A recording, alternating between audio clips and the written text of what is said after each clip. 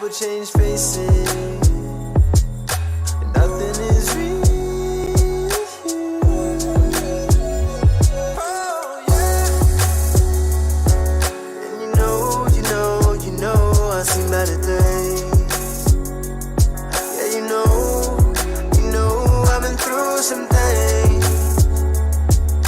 Yeah, I've been sending prayers through the roof. Oh, truth. Yeah. Don't need all the answers, just tell me what life is for. One day I'ma wake up with a reaper at the door. Don't need all the answers, just say anything at all. I've been praying for a minute, I've been waiting on your call. Oh, don't need all the answers, just tell me what life is for. One day I'ma wake up with a reaper at the door. Don't need all the answers, just say anything at all. I've been praying for a minute, I've been waiting on your call. Oh, I've been waiting on your call. Oh, yeah. I've been waiting on your call. Oh, I've been waiting on your call. Oh, I've been praying for a minute, I've been waiting on your call. Oh,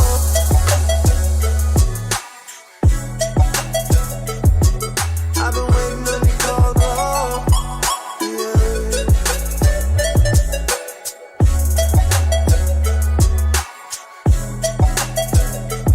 Oh, yeah.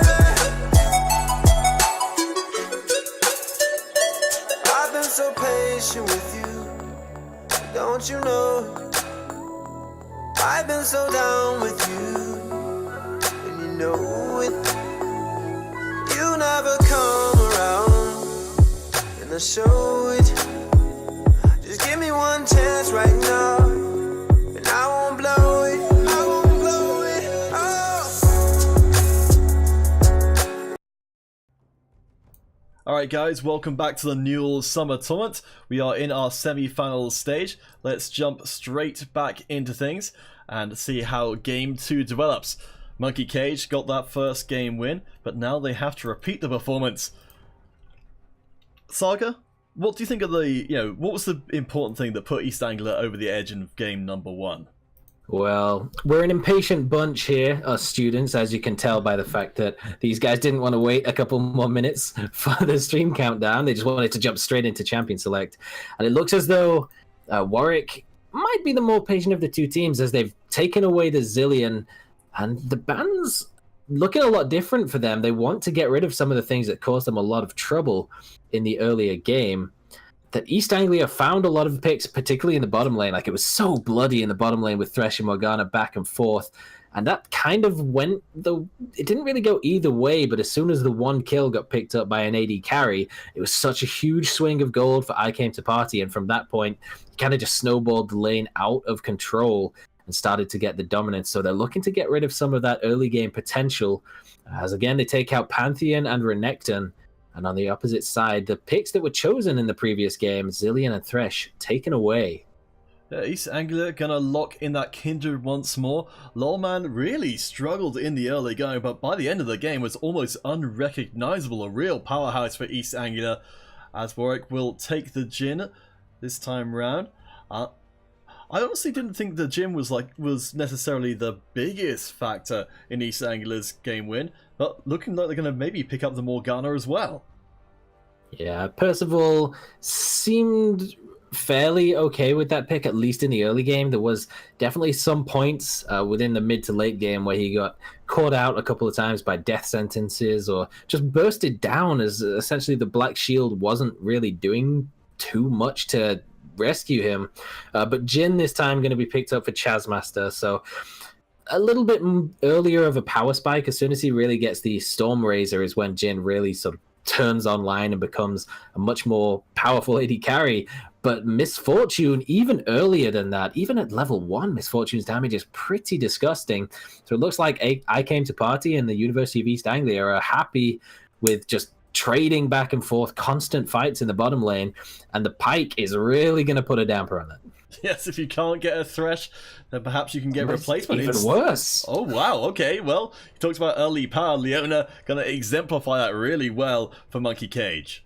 The problem with picking Leona, though, is it telegraphs exactly the way you want to play the bottom lane. And with a strong jungler like Talia that's locked in for tea cake with jam, there's a good chance that you can kind of assume that they're just going to constantly be fighting in the bottom lane, and you can hover around that side of the map. But if you're able to find yourself a good mid laner who can impact the side lanes as well, you can kind of just sit as a four-man unit around the bottom lane and just shut down any of the aggression that Leona and Misfortune want to find in the early game.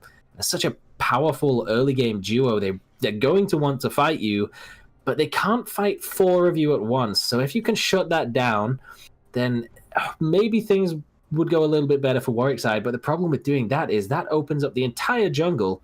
So that terrible start Lolman had in the previous game where he didn't get a mark until, what was it, like 10 minutes? Might have even been longer. Yeah, that would be nullified, as he would just essentially have free reign of the entire map at that point.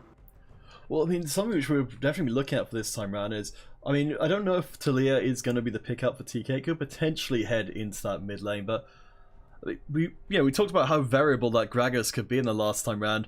And one team fight winning the team fight almost single-handedly for Warwick, and in other team fights being almost irrelevant. Yeah, it was definitely a struggle for TK with Jam. I feel as though if he had gone for the more traditional Gragas build where you get the runic echoes and then maybe the Zhonya's and then start building into tank items, he might have had more of an impact in these fights. But the one fight where he was able to finally engage, he got the flash body slam onto 3 people. It really turned the fight in their favor, but he was only able to find it once. So hopefully he'll be able to find it. Will be the Talia, I believe, for TK with Jam, as Kassadin is locked in. He was actually banned in the previous game, so it must be something Arisu likes to play. But again, it's kind of this weak in the early game mid laner for the side of Warwick. Well, for the side of Warwick, they banned out the Gnar that Karma Envy used in the last game. Actually, the reason why Karma Envy was even on that Gnar in the first place is because the Rumble was banned. Now Karma Envy will be back on their chosen pick, and while Warwick will get the counter pick up in the top, that Rumble is pretty terrifying, especially when you combine it with the Leona ult. Nerve wants to make impressions in the mid lane. I just saw him switch to Ignite as well. He wants to take this Kassadin's game, rip it apart and throw it in the dumpster. He doesn't want Arisu to play League of Legends today, as he's going to pick a very, very aggressive matchup into Kassadin. He's looking for solo kills. And Kassadin struggles a lot in the early game against anyone who can shove him in under tower or even potentially find solo kills, and Zed definitely is a candidate to fit both of those bills. Yeah, it'd be fascinating to see how Nerve plays this one out. We know from last time round, both of these mid laners got really, really strong. I mean, we got to see the mechanics at play with just the double bombs before. Now, Zed, such great skill expression. I wonder if Arisu can stand in the face of that much raw damage. Yeah, and you can tell both of these mid laners have had enough of the supports hoarding all the kills, all the gold. They both switched to Ignite. They want some kills of their own. I feel as though Nerve, particularly in the early game, will have the advantage in getting those kills. But if Kassadin can survive the lane until... People say level 6 is where Kassadin comes online. I feel as though level 11 is a much more powerful spike for Kassadin. As you get the lower cooldown and higher damage on Rift Walks, you can dodge in and out of these fights. But it is a relatively squishy team comp for East Anglia, but their damage potential is through the roof. So the Dr. Mundo is... And this time it is as well. It's mixed damage as well, as they have the Rumble for Karma MV in the top lane. So Mundo likely going to have to go early into some magic resist to just survive that lane. And that could open up potential target threats for Lolman to go towards the top side in the early game. So last time round, Saga, some of the concerns for Warwick were in their ability to really hit the apex of their scaling. Given what we see, what we've got on the table for game number 2, do you feel like they've done any better job of that in this second semi-final game? I feel as though the way Warwick have drafted this game in comparison to the last game is like, okay, you guys sort of played along a little bit. We back and forth. We had some scrappy fights up until maybe the 15 to 20 minute mark. And then you guys just turned on the pedal and started to take over the game. So we're going to draft this team comp that will come online around a similar time, sort of 15 to 20 minutes.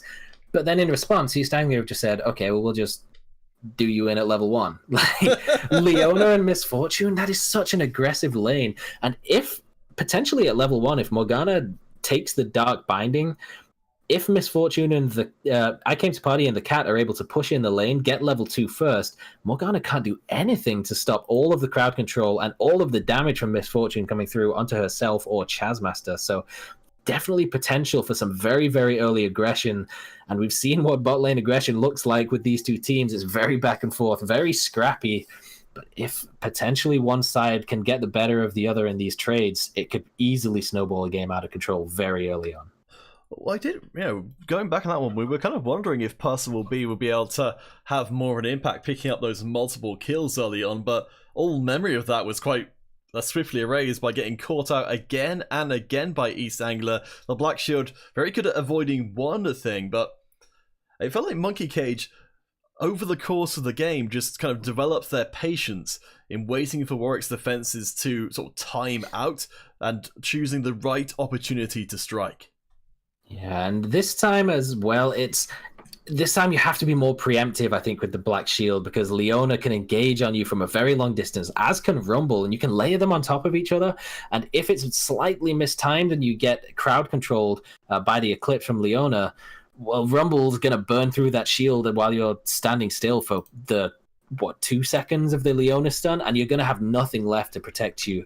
So she really has to be on point with the Black Shields. We'll see if she's able to make that work in this game. Well, yes, I mean, speaking of the Solar Flare, combined with the Equalizer, and of course the bullet time from Miss Fortune, going to be pretty terrifying in those big old team fights. I have to wonder if Warwick are going to have enough beef, even with the Mundo, to be able to stand up against all that hurt. Talia, a little bit more of a faster clearing jungler than Gragas, particularly in the early levels, gets the threaded volleys with the multiple stones thrown out, so hopefully we'll be able to have similar effects and hold Lolman down a little bit. But it all sort of comes down a little bit to the coin flip of which side of the map the Scuttle Crab mark will spawn on. He got lucky in the previous game, got it on the side of the map that he was clearing the Scuttle Crab on, and then constantly just kept control of those Scuttle Crabs. So that's something that we do, fair enough, need to give credit to TK for. He was keeping a very good amount of control on the Scuttle Crab spawns, which really held Lolman back. But as soon as Lolman started to get his chance to influence the side lanes, stack up some marks through getting kills, things really turned sour for Warwick. I'm fully expecting to see TK really step up in this game too. I think definitely one of the big question marks for Warwick in the previous game. I mean, that seismic shove can be so powerful, especially if you know where East Anglia are coming from and can react accordingly. Yeah, the one issue that might come from that is there is a lot of mobility on 3 out of 5 members of the East Anglia team. Leona can dash in and engage on you from distance. Zed can sort of blink himself forward. Kindred has a million dashes in her kit, so it could be quite difficult to find the skill shots needed. But again, I think the strength of Talia comes really from her jungle clearing speed. So we'll have to see the routes that they take and whether or not the pathing will play too much of a big impact in particularly in the early stages of the game. Alright, so we'll get paused up at 10 seconds once more. So again, guys, don't be alarmed. You will not be missing anything in the opening segment. So we'll just make sure everything is nice and synced, and that we'll have a good old smooth ride. So, alright, so Saga, based on what we've seen, are you feeling like Warwick are going to be able to bring back this series? I'm feeling as though if they can survive the first 5 or 6 levels of the laning phase, they have a very good chance for themselves, especially if Arisu is able to roam around and start impacting these side lanes. Okay, sorry about that, guys. Just going to reconnect back in. A little bit of a spectator bug there. We have it. Every now and then, it happens. So we'll get things back underway, but please, again, let us know in the chat how you guys are feeling. I can see that I know that Dard Hong has got a lot of fans in the chat, and being forced onto what potentially is a less playmaking top laner than they'd be used to in the Renekton seems to be a sore point. Oh boy, okay, I've loaded back in. Let's pause at 35 seconds. So you guys, again, it's alright, we haven't missed anything, but we'll just make sure we're all synced up there as well. Okay, I'm paused at 35. Okay, so we'll just to kill a little bit of time. Is there anything we should be particularly looking for? I mean, you mentioned for Monkey Cage, their bottom lane has a potential to go off crazy big early. But is there anywhere else we should be looking? Well, this time neither mid laner has gone for the corrupting potion, so there'll be a lot less sustain in that lane, and a little bit of damage that ticks through. However, Arisu's gone for the Dark Seal and 3 health potions. Zed's got the Longsword and 3 health potions. But the health bars themselves are significantly lower than if they would have gone for, say, a Doran's Blade or a Doran's Ring, which means that there's a lot of potential for early jungle assistance to have a huge impact in that lane. So that's something we're going to have to keep an eye out for. Okay, so paused up at 35 seconds. You ready to get in, Saga? I certainly am. Alright, 3, 2, 1, go. And we'll bring you guys, of course, along for the ride. So, let's jump into things. So, game number 2 of our semi-finals. Game 1 falling across the Monkey Cage from East Anglia. We'll see if Warwick can bring it back, or if Monkey Cage are destined for the summer finals once more. Yeah, and in the break, I managed to get in contact with the teams playing in the other semi-finals. Waluigi were able to finish off the first game, so they take themselves a 1-game lead in that series as well. We'll try and keep you updated as soon as we get information on the other series that's going on concurrently to the one that we're on stream. So that will be the 2 teams that are playing in the grand finals here on this channel next weekend. It should be fantastic if this semi-finals is anything to go by. Do you remember, guys, that Monkey Cage are a team who have got a lot of tenure in the NUEL. I believe they were our previous summer champions, looking to try and reclaim their space on top after a disappointing spring season. Yeah, and even history with Warwick has, even the past 2017 seasons, Warwick were knocked out of playoff contention twice by the University of East Anglia, so they're looking to get their revenge. It's not looking particularly good for them as they take the 1-game deficit early on. But this is the start of the redemption arc. This is where Warwick comes back and makes their hero hyperbolic time chamber run, and it starts in the bottom lane. Very vicious trading in the early going, and Tea-Cake is going to be right on that kindred mark the very moment it spawns. So Warwick trying to work with what worked well last time round. We'll see if they can refine down that recipe and maybe fix up some of the problems. There's the catch onto the early level 2 comes down, but for both sides the Ignite ticking down. One more shot would do it. But Chad's Master not quite able to finish it off as both supports get hammered, and Percival almost got a double up. This was quite the opposite of what happened in the previous game, where the cat went aggressive onto the support of the Warwick side, and Chazmaster traded back the damage. This time it's Percival who goes aggressive. The cat gets caught out, but I Came to Party clears the minion wave. They tick up to level 2, and the level 2 combo of Misfortune and Leona is devastating, and they come very close to turning that fight around, force the flash out of both supports, and both heals are now down, so the only summoner spells available in bot lane is flashes on AD carries. And that's going to have to be something that junglers are paying attention to, but Lolman's busy on the top side of the map. Yeah, we'll be trying to go into top and mid place at the same time. Nerve getting absolutely smashed down, won't fall down to the last tick, but it's by a hair's breadth. Jeez, I think he just lost his mind. He flashed in. If he'd have had the corrupting potion, maybe, because look at how low Nerve actually was there. That was very close. Tea-Cake just a fraction of a second too late to really get in and join in with that fight, or Nerve would definitely have been taken down for first blood, but Tea-Cake's looking to get a bit of a scrap going on with Lolman early on in the game on the top side, but both just disengage, head back to their jungle, and people start to get a little bit of sanity back. There's no sanity to be found in the NUEL Summer Tournament. I mean, which side? I think Warwick are looking a heck of a lot more confident, but Percival B is low on health. Will just avoid this. Oh my god, the Zenith Blade almost landed for the cat. That could have easily been first blood to reset the whole game for East Anglia.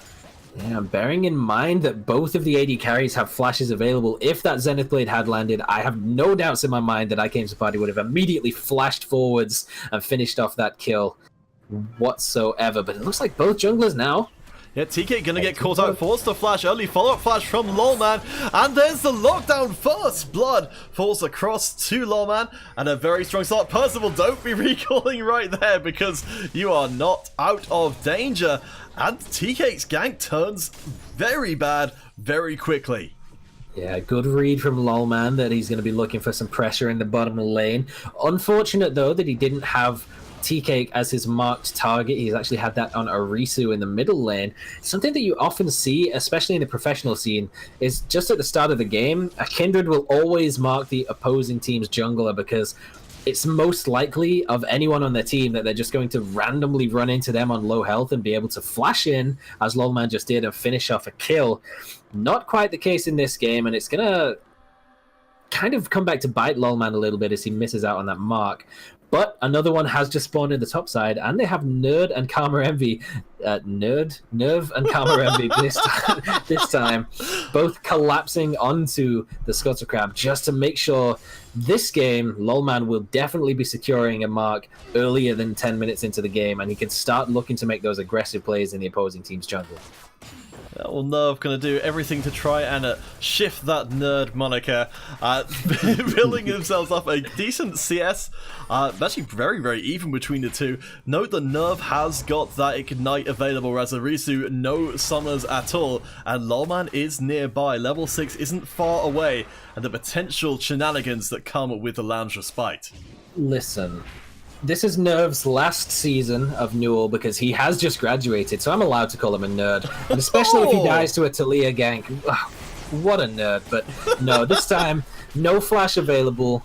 Talia comes up from behind, finishes off that kill. Oh, wait a second, flash in, I Came to Party, gets the burst. I think that must have been the fourth shot. The cat able to escape through the minion wave, but that's a huge pickup there for Warwick.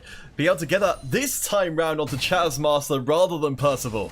Yeah, this time it's the AD carries that pick up the kill in the bottom lane, which is a good sign for Warwick as they struggled a little bit with getting their scaling going. This time the scaling comes earlier, and getting that kill is going to absolutely help Chaz on his way to becoming the dominant AD carry in this bottom lane, as he's going to be able to push into the tower, deny some minions, possibly even a cannon minion wave. I think I Came to Party gets there in time to clean it up. Teleport coming in, there's the bottom side. East Angler decide they want a taste of Percival blood, and there's nothing to be said. At least Chazmaster able to get out, but still a good amount of damage down the bottom, and with Karma Envy abandoning the top lane entirely, maybe there could be some damage put down there as well. Well, no scaling advantage now for Chaz as the kill easily traded back thanks to the teleport from Karma Envy, and he's not even going to lose anything really for it, as Dardhong can't push the tower, Lolman's around, and he might even die. Has got the ult to keep himself safe for the moment, but yeah, Lolman, even at this early stage with that kill under their belt, has got that challenging smite and the two long swords, as well as the boots. And Dardhong hasn't even been back and bought as of yet. What a nice jungler guy Lolman is. He has both of his buffs available, but goes to cover the lane so Karma Envy can go and help out his team in the bottom side. Looks like Talia is in no position to really capitalize and try and make any aggressive invades to steal away any of those buffs either, as the bottom lane from East Anglia has the priority at the moment, and looks like they're making a play with it. Yep, they engage. Percival again going to get chewed out in moments, and even with all the damage in the world, Chazmaster's going to struggle 1v2. We have got the curtain call coming out. We know that I Came to Party, and we've seen the fancy feat, but the cat able to just intercept all those bullets and shrug them off like it's nothing. Just a little bit of an overstep too far forwards. I think he wanted to ward the bush, but Leona was there already and just easily locks Percival in place. Actually picks up the kill for herself, I think it was with the Eclipse that finished off the kill as the W shield burst and just demolished Morgana where she stood. So not going to pick up for I Came to Party, but TK's back. Nice seismic shove. I Came to Party down incredibly low. Binding comes in. Lawman does get the kill, and the Lamb's Respite denies even the final kill. Chazmaster going to be frustrated, and we could even be seeing a push through to maybe secure that first tower gold. I think Percival will deny for the time being, but another good pickup as TK goes down for the second time this game. Yeah, TK, both times he tried to make a play around in the bottom side of the map, Lolman's had his number, and it's all thanks to that vision that would, as we said, the East Anglia bottom lane, they pushed up, they got priority, and they went together as a duo and got a good amount of vision in their opposing team's blue side jungle. And as TK made his way down to try and have some impact, Lolman just had vision of him the entire way down, and he was there to counter that attempt of a gank at the bottom lane. TK now falls for the second time this game to Lolman for his second kill of the game. Did he get a mark from that one? He only has 2, so potentially he has another one that has spawned on the Grump. I'm not sure whether that's still up, but it looks like he's going to go to the top side of the map anyway. And just really good vision control makes it so just very easy for Lolman to counter every move that TK wants to make. Yeah, well, TK's falling pretty far behind in CS, hasn't got that completed jungle item. So Lawman managing to completely skip that weak early game from before. We'll see how much impact they're able to make with that item advantage. And of course, half the team's kills in their pockets already. Yeah, lethality. Very, very brutal coming through from I Came to Party. He's not gone for the Duskblade first item, gone straight for the Ghost Blade, so he's got the mobility to get involved in these long-range initiations that the cat can bring down with the Solar Flare. Hoping to get those in before the Black Shield comes through, as we mentioned earlier on. Dink, dink, dink in the chat. Okay, very nice. Cosplaying as Jin's grenade, I like to see it. But as soon as those second lethality item comes through, that's when you start seeing Misfortune just one-shotting people with double ups as soon as it gets the bounce off the minion wave. So you can expect to see a lot more focus in the bottom lane. Both junglers still hovering around here.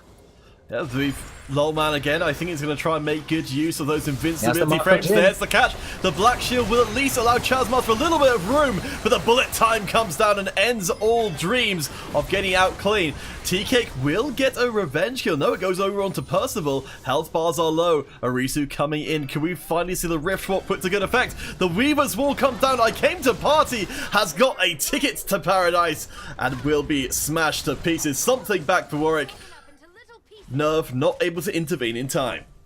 Nerve might be looking for a catch on Arisu as he makes his way back towards mid lane, but he has the level disadvantage and has had to build somewhat defensively. He's gone for the Hex Drinker before he even finishes his first item, which makes sense considering that you have both magic damage coming out from the jungler and the mid laner. So not really looking to be particularly aggressive onto Arisu as he makes his way back into the mid lane. Arisu looking to build a Rod of Ages, so he's going to be starting to get the stacking going, so a little bit more of that scaling coming through. As again, they do have a little bit of a gold deficit. It's only about 1,000 gold, so nothing overly significant, but the majority of that is on Lolman, and he's found Dardong. Yeah, Dardong will have the ult to be able to heal through a lot of this damage. Ult drop down onto the Monday, but the Equalizer comes in from the side. Dardong down incredibly low. Nerve able to finalize the job. Lolman eliminated in turn. But TK can't do anything about Karma Envy walking in and stripping away all their health bars. Arisu being chased in to the Baron Pit. Will get across the wall. And the Rift Herald has been aggro to stop any follow-up from East Anglia. That got very, very dangerous very fast. It looked as though Lolman and Dard were going to have the gentleman's agreement 1v1, just beat on each other until one of them dies, but Nerve and Karma Envy collapse in from either side, and as TK tries to get involved in the fight, drops the Equalizer in a perfect position. Again, it's these choke points that sort of break Warwick's team fighting apart, as the AoE damage from the Equalizer is enough to burn down 2 members, I believe it was, of Warwick to get themselves the advantage off the back of that team fight. They're not going to translate it into any objective takes barring Lolman going back towards the top side and picking up that Scuttle Crab. So, not the worst thing in the world that could have happened to Warwick. Could definitely have been worse. They could have lost a lot more had the situation been a little bit different. But for now, just gold lead. We have got some of these item spikes being picked up here though. Spirit Visage coming in for Dardhong, a lot of extra healing, but Leandri is coming in for Karma Envy to burn through that same magic resist and health. We mentioned the Yumu's coming in for I Came to Party, Nerve picking up one of their own. So it feels like East Anglia want to try and abuse the advantages that they have as much as they can while they can. Yeah, and it makes sense for them to do so. Dardhong, I think we mentioned last game, he'd built 3 items and all of them were just heavy armor stacking. He had Ninja Tabbies, Sunfire Cape, and what was the third one? The Randuins was the third, but this one, because he's against such a strong magic damage opponent in the Rumble in the top lane, he's forced to go straight for the Spirit Visage, which I don't even think he had at the point where they ended the game in the previous game. So any sort of intervention from Lolman or Nerve who make their way to the top lane, they're essentially going to be doing full damage. He hasn't built any sort of resistance, but in the bottom lane... Counter-aggression coming in, Percival going to be followed up by the cat, but still stays alive somehow. The fighting... Yeah, fighting's pretty fierce down the bottom side. I think the cat burnt that ignite there, but ultimately, Percival, for once, survived the encounter. He's very close. Weaver's Wall coming in. Karma Envy, it will drop down the Equalizer, but it's not going to do too much of anything. Dardhong won't get the kill. TK gets killed by the minions, though. And the job was apparently done. Nice curse and call won't stop the Infernal Drake being taken by East Anglia as everything blows up across the map.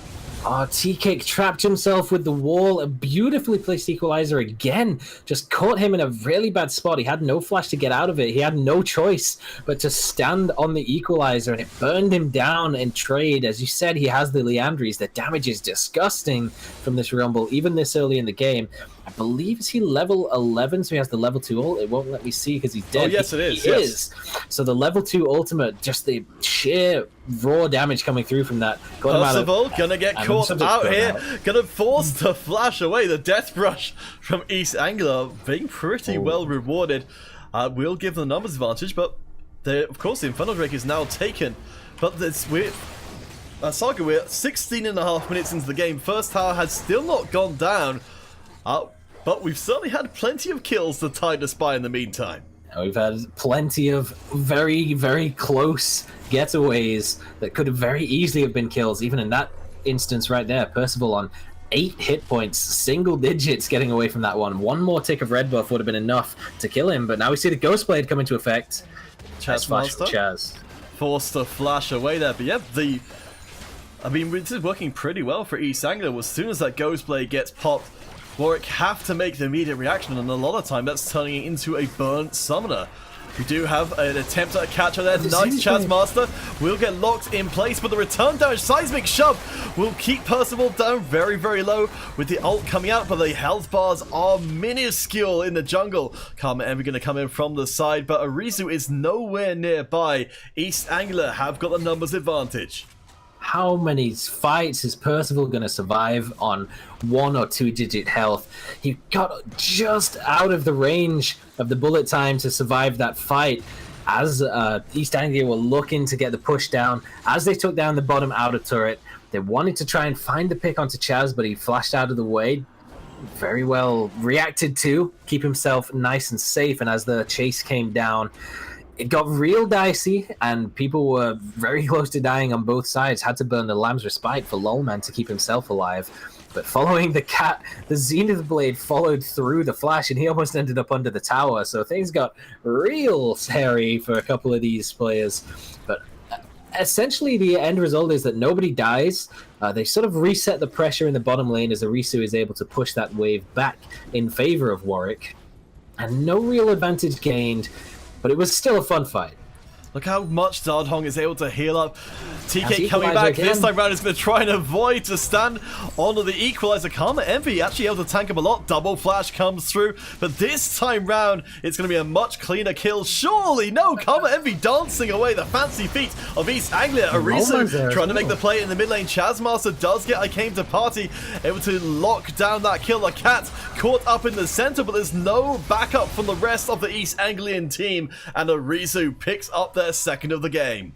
Oh, that was disaster in the top lane for Warwick. Thankfully, the rest of the team makes up for it in spades in the middle lane as they take down both of the bottom lane of East Anglia. But Tea-Cake with Jam didn't actually drop the Weaver's Wall, so Karma Envy just sort of waddled his way out. He dropped the Equalizer in such a way that Tea-Cake had to walk over it, and he lost so much health even in doing so that he really couldn't chase down anymore. And by the time Dardhong catches up with Karma Envy, he's almost at his second tower, and Lolman is already there and turns that fight around. He gets his 4th kill of the game. But in the middle lane, as we said, Chazmaster and the Goons are able to pick themselves up a couple of kills. Again, though, it's not translated into any objectives, so the gold doesn't really swing too heavily one way or the other as they take the kills for face value. But these fights are so close back and forth that everyone's health bar is too low for them to really commit to any objectives. Tea-Cake might get caught out here. Doesn't have any visibility frames to rely on this time round. Ignite going to be ticked through. Percival comes in for the revenge. Arisu coming in from the side though. They get the lockdown and the shutdown onto Nerve as well. Another good turnaround from Warwick. Dardhong gonna pay for the sins of the team though. Falls down to I Came to Party, and that's gonna be tower number 3. East Anglia again with the control over the towers. It's just the exact same situation we saw a minute ago, but flipped. This time it's Nerve that gets traded out as he finds a kill on Tea-Cake with Jam, but he falls himself. But Dardhong gets goon squatted in the top lane. 3 men take him down, and he loses his tower. So this time they get the kill advantage, and they take an objective alongside it. So it's going to make the top lane much less safe for Dardhong to even farm in. As you say, the long-range initiation with the Equalizer can easily be chased down. Percival looking to be chased down. No, I Came to Party is the one turn back on. Arisu will force the riff walk away even. But the kill is traded back immediately. So that's an AD carry for the mid lane. And maybe Warwick are going to struggle to stop this push. I take my words back immediately, clearing out the minion wave. Alright, so Saga, we have officially reached the post 20-minute mark. Before this all started, he said that's where Warwick needed to try and get to without too much of an advantage for East Anglia. Have they managed to do it? I think it's sort of teetering on the edge of, do they have too much or do they have too little? I feel like it's a saving grace for Warwick that the kills that have been picked up have been so back and forth that there hasn't been a chance to really commit to taking any objectives.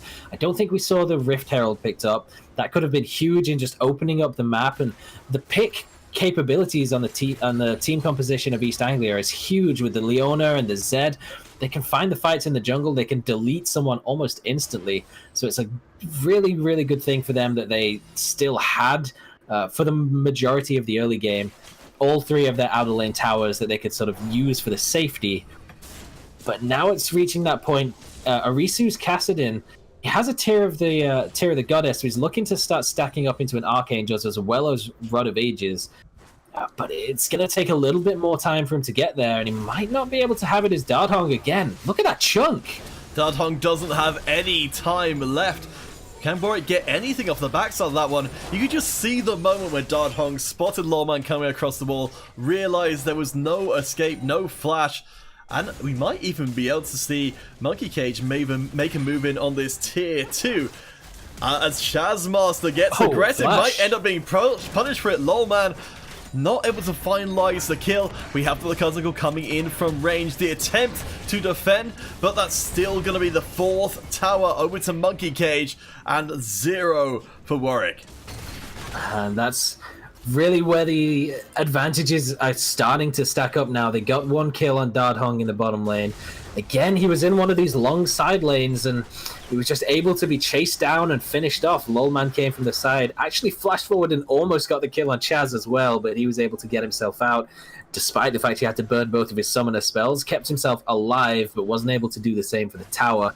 And now the gold lead is starting to stack up ever so slightly. Every time they're actually getting kills now, they're starting to translate it into objectives.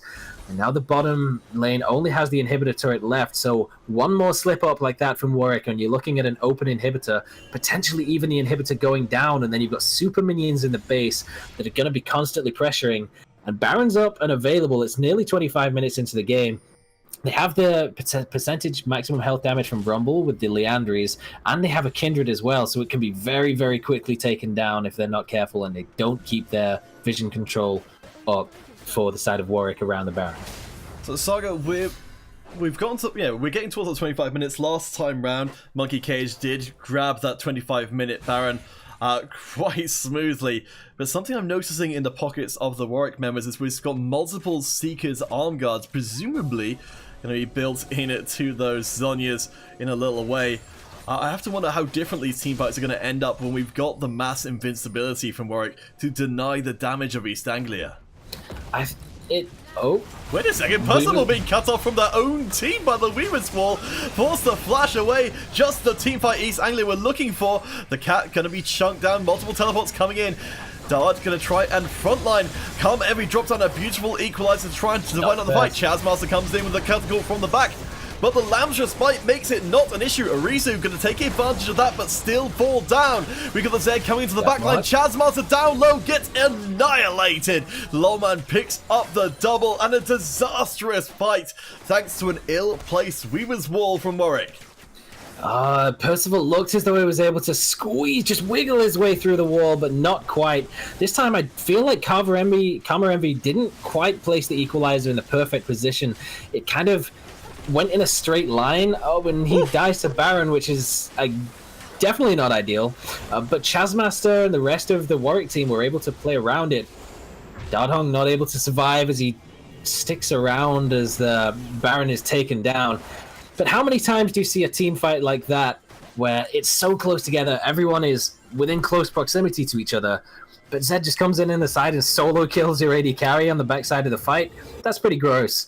And definitely unfortunate for Chaz. He's going to be not too happy with that one. But Percival, man, I feel like he has a good enough case to get his jungler banned to report him for that one. Griefing, assisting enemy team, if that one was still a thing. I'm trying to figure out what that Weaver's Wall was intended for. I think what they were trying to do was block off the path from East Anglia so they could get the push on the mid outer turret. It's low health and they were just trying to commit towards it, but just unfortunate that it didn't leave a big enough gap for Percival to get through and left them vulnerable and open to be engaged upon, and it really didn't go too well in their favor, as now they're looking at a 9,500 gold deficit. Just 2 minutes after you asked me the question of, is it getting out of hand? Well, we've got multiple dust blades already completed for East Anglia. Their ability to burst is going to be tested on Dardhong, who does not have the flash, will fall down with all that damage. Percival, of course, stop if you've heard this one before. The double kill comes through onto Lolman, and Warwick cannot stand. They're going to be forced all the way back into the base. I think might have to give up inhibitors here because Chazmaster is going to get engaged on. The Deathmark makes it look easy. Nerve able to shrug off everything that Warwick can throw at them. Both inhibitors going to be wide open for the taking. We might even be seeing the semifinals locked down here. Arizu will get some little bits of invincibility, but there's nothing left in the tank now for the Noob Slayers. Both inhibitors down, moving straight onto the Nexus towers. TK, desperation to try and save the game. Percival is up. Dardhong is up, but the Nexus is open for the taking. I came to party. We'll get torn through. Percival B gonna take the knee, and East Anglia are going through to our finals. Did you please tell me you saw what Nerve typed in chat? I've got the chat turned off, so no. That was actually hilarious. He said, 3 certainties in life: death, taxes, and us knocking Warwick out of NUEL. The redemption split is over. Warwick do not get the chance to make the comeback, as before they have the chance to even stack up the tier, the Archangel staff for Arisu, the game is over.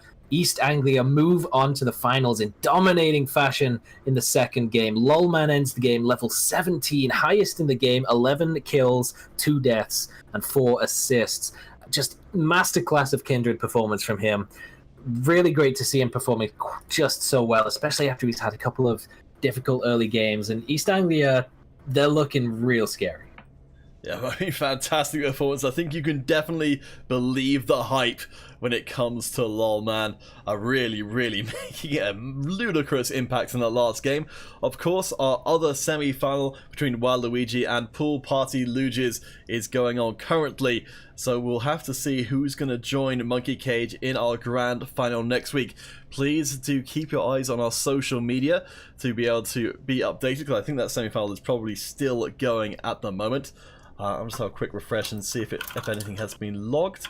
I think it's fairly unlikely. Yes, it's still ongoing. But thank you guys so much for joining us here today. That will be all we have for this evening.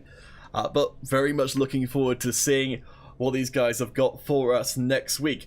Of course, we will be having the International College Cup coming up with myself and Saga, as well as Sin and AC taking part in that. But the summer finals beckon. Hope you guys will come back and join us for both events. It's going to be a busy summer with lots of League of Legends to enjoy. For now, I've been Counterfeit, he's been Saga, and we'll bid you good night.